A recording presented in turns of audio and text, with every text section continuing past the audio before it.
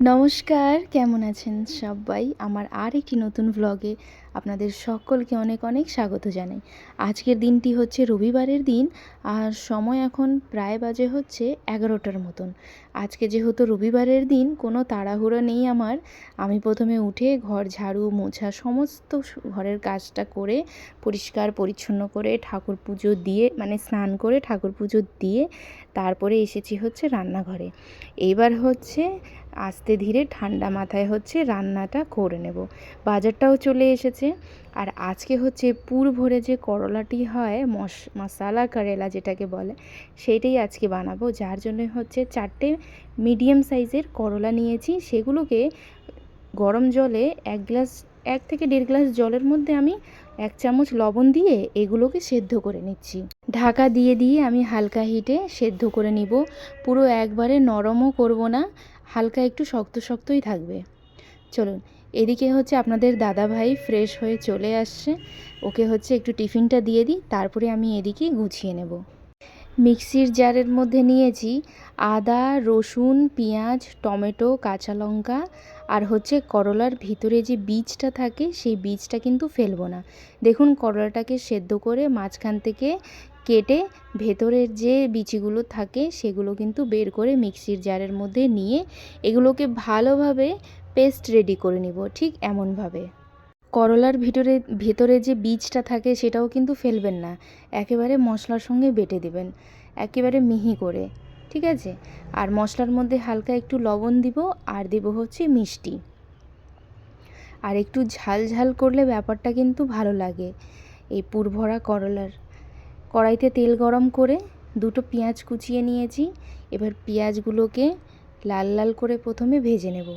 পেঁয়াজটা যখন ভাজা হয়ে আসবে তখন মিক্সির জারের মধ্যে আমি লবণ, হলুদ আর হচ্ছে মিষ্টি দিয়েছি 1/2 চামচের মতন, আর বাদবাকি মশলা তো দেখছেনই, সেগুলো দিয়ে এইবার মশলা কষানোর সময় কিন্তু বেশি জল দেওয়া যাবে না। যদি মশলা তো টেনে টেনে আসবে, তখন ছোট্ট চামচের 1 চামচ করে করে জল দিবেন, আর সেটা সেইভাবেই কষিয়ে নেবেন। আমি মিক্সির জারের মধ্যেও মশলাগুলো লেগেছিল, সেগুলো কিন্তু নষ্ট করি না। তার মধ্যে হচ্ছে হালকা 1 চামচ, 1 থেকে 1.5 চামচ ছোট্ট চামচের, ঠিক আছে, সেটার হচ্ছে জল দিয়ে আমি কেচে কুচে মশলাগুলো নিয়ে নিয়েছি। কারণ মশলায় বেশি জল দিলে না মশলাগুলো একটু ক্যাতক্যাতা হয়ে যাবে, আর আমাদের মশলাগুলো একটু শক্ত শক্ত লাগবে, যেহেতু মশলাটা ভেতরে ভরবো পেটে, করলার পেটের ভিতরে মশলাটা ভরবো, যার জন্যে মশলাটা একটু ড্রাই করতে হবে, ঠিক আছে? এই সময় আপনারা চাইলে এটাতে আর একটি জিনিস ইউজ করতে পারেন টকের জন্য, যেটা হচ্ছে আচার। আমি কিন্তু টক ব্যবহার করছি না, লেবু দিতে পারেন, বা আমচুরের পাউডার, বা হচ্ছে ওই আমের আচার যেটা হয় না, সেটা অ্যাড করবেন। একটু টক টক ঝাল ঝাল লাগবে, খুব খুব সুন্দর লাগবে। যেহেতু আমি টক খাবো না, যার জন্য হচ্ছে টকটা আর দিলাম না, ঠিক আছে? কিন্তু আপনারা অবশ্যই দিবেন, খুব ভালো লাগবে। আমের আচার দিলে আমের আচার দিবেন, আর হচ্ছে আমের আচারের যে নিচে মশলা থাকে না, তেল মশলা, সেটা দিয়ে দিবেন 1.5 চামচের মতন, হেভি টেস্ট হবে। চলুন, এদিকে মশলাটা দেখুন একেবারে এইভাবে একদম লাল লাল করে ভেজে নিয়ে একেবারে ড্রাই করে নামিয়েছি, আর প্লেটের মধ্যে ছড়িয়ে রেখে দিয়েছিলাম মিনিট 5-7 মতন। হালকা একটু যখন ঠান্ডা হয়ে আসছে তখন হচ্ছে করলার পেটের ভিতরে আমি ঠিক এইভাবে মশলাগুলো এক এক করে ভরে দিচ্ছি। দেখুন, ঠিক এইভাবে। আর করলার কিন্তু একেবারে নরম করে ফেলবেন না, হালকা কিন্তু সেদ্ধ করেছি ঠিকই, কিন্তু বেশি নরম করি নাই, ঠিক আছে? নাহলে কিন্তু ভেঙে যাবে। আর ভালো করে মশলাটা ভরে উপরে মুখগুলো ঠিক এইভাবেই আমি মশলা দিয়ে, মানে মুখগুলো সিল করে দিচ্ছি, যাতে ভাজার সময় এগুলো খুলে যেন বাইরে না আসে। এটা কিন্তু এই গরমের সময়, যেহেতু এখন চারিদিকে করলা অ্যাভেলেবেল পাওয়া যাচ্ছে, তা আপনারা একবার হলেও অবশ্যই ট্রাই করে দেখবেন, খুব ভালো লাগে। আর গরম গরম ভাতের সঙ্গে ভাত, ডাল আর পুর ভরা এই করলা 1 পিস যদি থাকে, একেবারে জমে ক্ষীর হয়ে যাবে খাবারটা।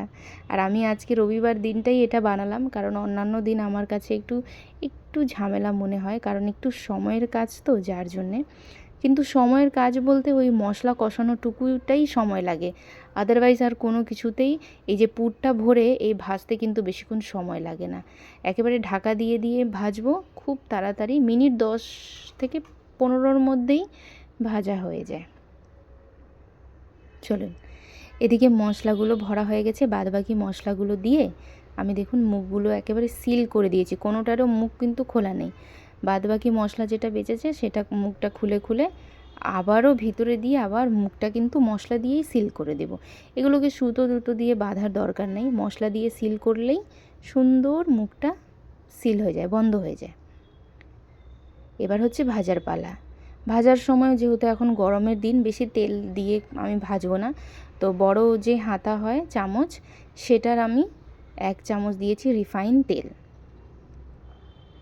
এইবার তেলটা যখন গরম হয়ে আসবে হাই হিটে, তখন আমি এক এক করে করলাগুলো ছেড়ে দেব। আর হ্যাঁ, করলাটা দেওয়ার সঙ্গে সঙ্গে আঁচটা কিন্তু একেবারে কম করে দিতে হবে, ঠিক আছে? কারণ এটা একটু হালকা হিটে সেদ্ধ হবে সুন্দর করলাটা, কারণ করলাটা এখনও কাঁচা কাঁচা রয়েছে, তো সেগুলো তো সেদ্ধ হইতে হবে। যার জন্য আর কি আমি ঢাকা দিয়ে ঢেকে আর আঁচটা পুরোপুরি কম করে দেব।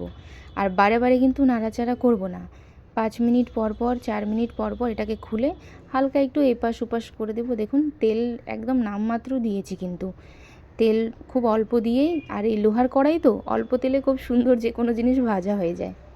চলুন, এদিকে আমার ভাজা দেখুন একেবারে কমপ্লিট, লাল লাল করে ভেজে নিয়েছি, একদম রেডি পুর ভরা করলা। তাহলে চলুন, আজকের ব্লগটাও এইটুকুই। সবাই ভালো থাকবেন, সুস্থ থাকবেন। ব্লগটি যদি ভালো লেগে থাকে তাহলে অবশ্যই একটি লাইক করে যাবেন। দেখা হচ্ছে নেক্সট ব্লগে।